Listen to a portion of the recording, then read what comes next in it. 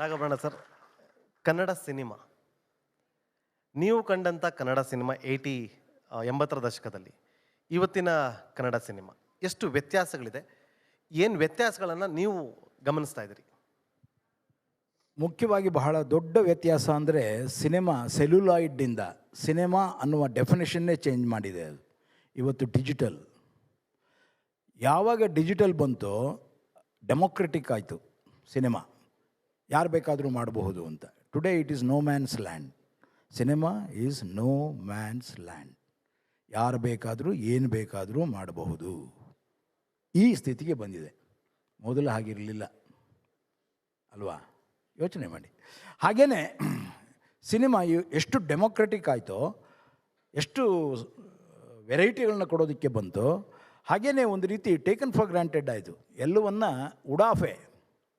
ಈಗ ಉಡಾಫೆಯ ಒಂದು ಅರ್ಥದಲ್ಲಿ ಇಡೀ ಯೂತ್ಸ್ ಈಗ ಒಂದು ರೀತಿ ಟೇಕನ್ ಫಾರ್ ಗ್ರಾಂಟೆಡ್. ಬದುಕು ಆಫ್ಟರ್ ಆಲ್ ಏನೀಗ ಹಿಂಗನ್ನೋ ಅಷ್ಟರಲ್ಲಿ ನಾನು ದುಡ್ಡು ಮಾಡ್ತೀನಿ ಅನ್ನೋದು.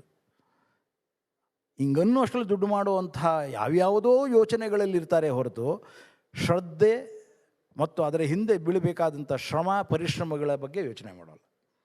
ಅದರಿಂದ ಏನಾಗುತ್ತೆ, ನಾನು ರಾತ್ರಿ ಕನಸು ಬೀಳುತ್ತೆ, ಬೆಳಗ್ಗೆ ಸಿನಿಮಾ ಮಾಡ್ತಾ ಇರ್ತೀನಿ ಅಂತ ಅನಿಸುತ್ತೆ.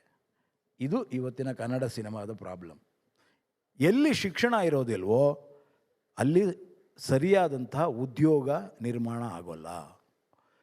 ಯಾವ ಶಿಕ್ಷಣ ಅದು? ಯಾವುದೇ ಶಿಕ್ಷಣ ಆಗಿರಲಿ. ನೀವು ಇಂಜಿನಿಯರ್ ಆಗಬೇಕು ಅಂದರೆ ಶಿಕ್ಷಣ ತಗೋಬೇಕು ತಾನೆ. ಈಗ ನೀವು ಇಲ್ಲಿಗೆ ಸರಿಯಾದಂಥ ಒಬ್ಬ ವ್ಯಕ್ತಿಯಾಗಿ ರಿಪಬ್ಲಿಕ್ ಟಿ ವಿಗೆ ಇರಬೇಕು ಅನ್ನೋದಾದರೆ ಅದರ ಹಿಂದೆ ನಿಮ್ಮ ಜರ್ನಲಿಸಮ್ಮು ಇನ್ನೊಂದು ಮತ್ತೊಂದು ಯಾವುದೋ ಒಂದು ಸ್ಟೆಪ್ ಬೈ ಸ್ಟೆಪ್ ಲರ್ನಿಂಗ್ ಇರಬೇಕಲ್ವಾ? ಸಿನಿಮಾಗೂ ಶಿಕ್ಷಣ ಮುಖ್ಯ ಅನ್ನೋದನ್ನು ನಾನು ಇಲ್ಲಿ ಹೇಳ್ತಾ ಇದ್ದೀನಿ. ಸಿನಿಮಾಯಿಂದ ಶಿಕ್ಷಣ, ಶಿಕ್ಷಣದಲ್ಲಿ ಸಿನಿಮಾ, ಇದು ನನ್ನ ಸ್ಲೋಗನ್. ಯಾವತ್ತೂ ಬಹಳ ಮೊದಲಿಂದ ಕರ್ನಾಟಕ ಚಲನಚಿತ್ರ ಅಕಾಡೆಮಿಯ ಅಧ್ಯಕ್ಷನಾದಾಗಿಂದ ಸಿನಿಮಾದಲ್ಲಿ ಶಿಕ್ಷಣ, ಶಿಕ್ಷಣದಲ್ಲಿ ಸಿನಿಮಾ. ಹೌದಾ ಅಲ್ವಾ? ಇವತ್ತು ನೀವೆಲ್ಲರೂ ಕೂಡ ಶಿಕ್ಷಣವನ್ನು ಆನ್ಲೈನಲ್ಲಿ ಮಾಡ್ತಾಯಿದ್ದೀರಿ. ಯಾವುದು ಕ್ಯಾಮ್ರಾ ಮುಖಾಂತರ, ಎಗೇನ್ ವಿಜುವಲ್ ಮುಖಾಂತರ, ಚಿತ್ರಿಕೆಗಳ ಮುಖಾಂತರ. ಆ ಚಿತ್ರಿಕೆಗಳು ಎಲ್ಲಿಂದ ಬಂದವು? ಕ್ಯಾಮ್ರಾಯಿಂದ ಬಂದವು. ಅದು ಸಿನಿಮಾ ಅಲ್ವಾ? ಸಿನಿಮಾದಲ್ಲಿ ಶಿಕ್ಷಣ, ಶಿಕ್ಷಣದಲ್ಲಿ ಸಿನಿಮಾ. ಇದನ್ನು ಅರ್ಥ ಮಾಡಿಕೊಂಡ್ರೆ ಇವತ್ತು ನಮಗೆ ಬೇಕಾದದ್ದು ಸಿನಿಮಾದಲ್ಲಿ ಶಿಕ್ಷಣ ಆಗಬೇಕು, ಹಾಗೆ ಶಿಕ್ಷಣದಲ್ಲಿ ಕೂಡ ಸಿನಿಮಾ ಬೇಕು. ಈಗ ಇವರು ಆಳ್ವಾಸಲ್ಲೇ ತಗೊಳ್ಳಿ, ಎಲ್ಲ ರೀತಿಯ ಸಾಂಸ್ಕೃತಿಕವಾದಂತಹ ಓದನ್ನು ಅವರು ಕಲ್ಪಿಸಿಕೊಟ್ಟಿದ್ದಾರೆ. ಅದನ್ನೂ ಮಾಡಬೇಕು, ಇದನ್ನೂ ಮಾಡಬೇಕು, ಅದರ ಜೊತೆಯಲ್ಲಿ ನಿಮ್ಮ ಓದುಗಳಾಗಬೇಕು ಅಂತ ಬಹುಮುಖಿ ವ್ಯಕ್ತಿತ್ವವನ್ನು ನಿರ್ಮಾಣ ಮಾಡ್ತಾ ಇದ್ದಾರೆ. ಇವತ್ತು ಬೇಕಾಗಿರೋದು ಬಹುಮುಖಿ ಕೌಶಲ್ಯಗಳನ್ನು ಪಡ್ಕೊಳ್ಳೋದು. ಹಾಗಾಗಿ ಸಿನಿಮಾ ಇವತ್ತು ಅದರ ಡೆಫಿನೇಷನನ್ನು ಬೇರೆ ಮಾಡ್ಕೋಬೇಕು. ಮೊದಲು ಹೇಳಿದಂಗೆ ಸಿನಿಮಾ ಅಂತ ಹೇಳಬೇಡಿ. ಈಗ ಸಿನಿಮಾ ಸೆಲ್ಯುಲಾಯ್ಡ್ ಸಿನಿಮಾ ಅಲ್ಲ. ಕತೆ ಹೇಳಿದ ಕೂಡಲೇ ಸಿನಿಮಾ ಅಲ್ಲ. ಕತೆ ಹೇಳದೇ ಇರೋ ನೂರಾರು ಕತೆ ಹೇಳುವ ಸಣ್ಣ ಸಣ್ಣ ರೀಲ್ಗಳಿದೆಯಲ್ಲ, ಅದಕ್ಕೇನಂತೀರ? ನೂರಾರು ಲಕ್ಷಾಂತರ ನೀವು ಪ್ರತಿ ಸಲ ನಿಮ್ಮ ಮೊಬೈಲಲ್ಲಿ ಹಿಂಗೆ ಅಂತಾನೇ ಇರ್ತೀರಲ್ಲ, ಅದು ಏನು ಕತೆ ಹೇಳ್ತಾ ಇರುತ್ತೆ, ಏನು ಇದನ್ನು ಹೇಳ್ತಾ ಇರುತ್ತೆ, ಏನು ಟ್ಯಾಲೆಂಟ್ ಇದೆ ಅದರಲ್ಲಿ, ಎಲ್ಲವನ್ನು ನೋಡಿದಾಗ ಸಿನಿಮಾದ ಡೆಫಿನೇಷನ್ ಇವತ್ತು ಚೇಂಜ್ ಆಗಿದೆ. ಶಿಕ್ಷಣ ಬಹಳ ಮುಖ್ಯ ಅಂತ ಹೇಳ್ತಾ ಇದ್ರು. ನಾಗಭರಣ ಸರ್, ಕನ್ನಡ ಸಿನಿಮಾ ನೀವು ಕಂಡಂಥ ಕನ್ನಡ ಸಿನಿಮಾ 80ರ ದಶಕದಲ್ಲಿ ಇವತ್ತಿನ ಕನ್ನಡ ಸಿನಿಮಾ ಎಷ್ಟು ವ್ಯತ್ಯಾಸಗಳಿದೆ? ಏನು ವ್ಯತ್ಯಾಸಗಳನ್ನು ನೀವು ಗಮನಿಸ್ತಾ ಇದ್ದೀರಿ? ಮುಖ್ಯವಾಗಿ ಬಹಳ ದೊಡ್ಡ ವ್ಯತ್ಯಾಸ ಅಂದರೆ ಸಿನಿಮಾ ಸೆಲ್ಯುಲಾಯ್ಡಿಂದ ಸಿನಿಮಾ ಅನ್ನುವ ಡೆಫಿನೇಷನ್ನೇ ಚೇಂಜ್ ಮಾಡಿದೆ. ಅದು ಇವತ್ತು ಡಿಜಿಟಲ್.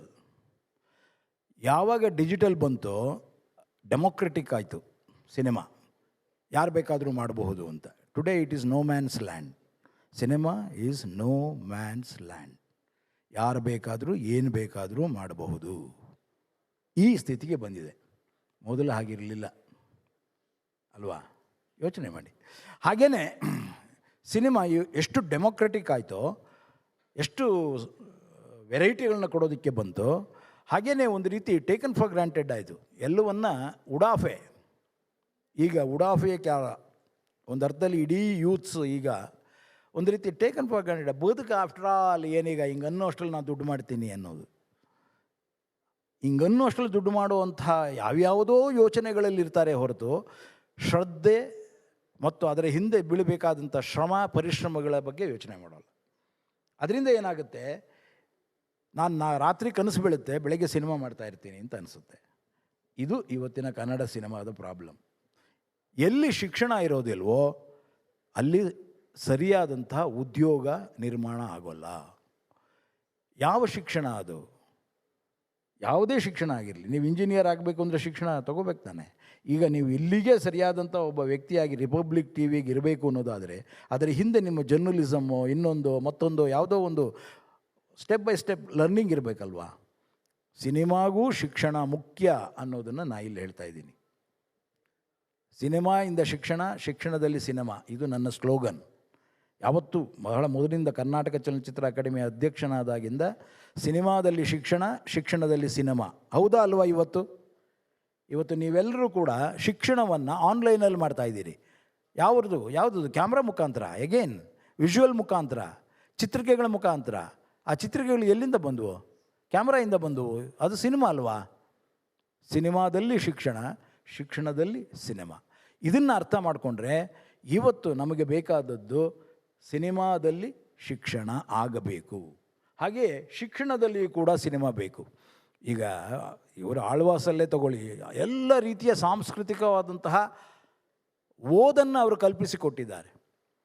ಅದನ್ನೂ ಮಾಡಬೇಕು, ಇದನ್ನೂ ಮಾಡಬೇಕು, ಅದರ ಜೊತೆಯಲ್ಲಿ ನಿಮ್ಮ ಓದುಗಳಾಗಬೇಕು ಅಂತ ಬಹುಮುಖಿ ವ್ಯಕ್ತಿತ್ವವನ್ನು ನಿರ್ಮಾಣ ಮಾಡ್ತಾ ಇದ್ದಾರೆ.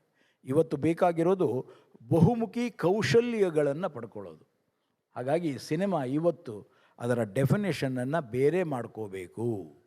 ಮೊದಲು ಹೇಳಿದಂಗೆ ಸಿನಿಮಾ ಅಂತ ಹೇಳಬೇಡಿ. ಈಗ ಸಿನಿಮಾ ಸೆಲ್ಯುಲಾಯ್ಡ್ ಸಿನಿಮಾ ಅಲ್ಲ. ಕತೆ ಹೇಳಿದ ಕೂಡಲೇ ಸಿನಿಮಾ ಅಲ್ಲ. ಕತೆ ಹೇಳದೇ ಇರೋ ನೂರಾರು ಕತೆ ಹೇಳುವ ಸಣ್ಣ ಸಣ್ಣ ರೀಲ್ಗಳಿದೆಯಲ್ಲ, ಅದಕ್ಕೇನಂತೀರ?